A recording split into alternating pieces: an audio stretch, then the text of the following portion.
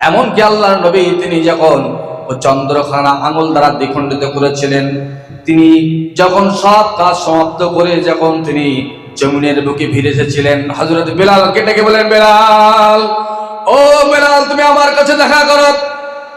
বেলাল বললেন, আমি আপনার কাছে এখনই সাক্ষাৎ করবো ইয়া রাসূলুল্লাহ। আপনি তো আমাকে ডাকলেন, আমি তো আপনার সঙ্গে দেখা না করতে থাকতে পারি না। ওই সময় বেলালকে ডেকে বলেন, বেলাল, তুমি কি আমল করো বলো।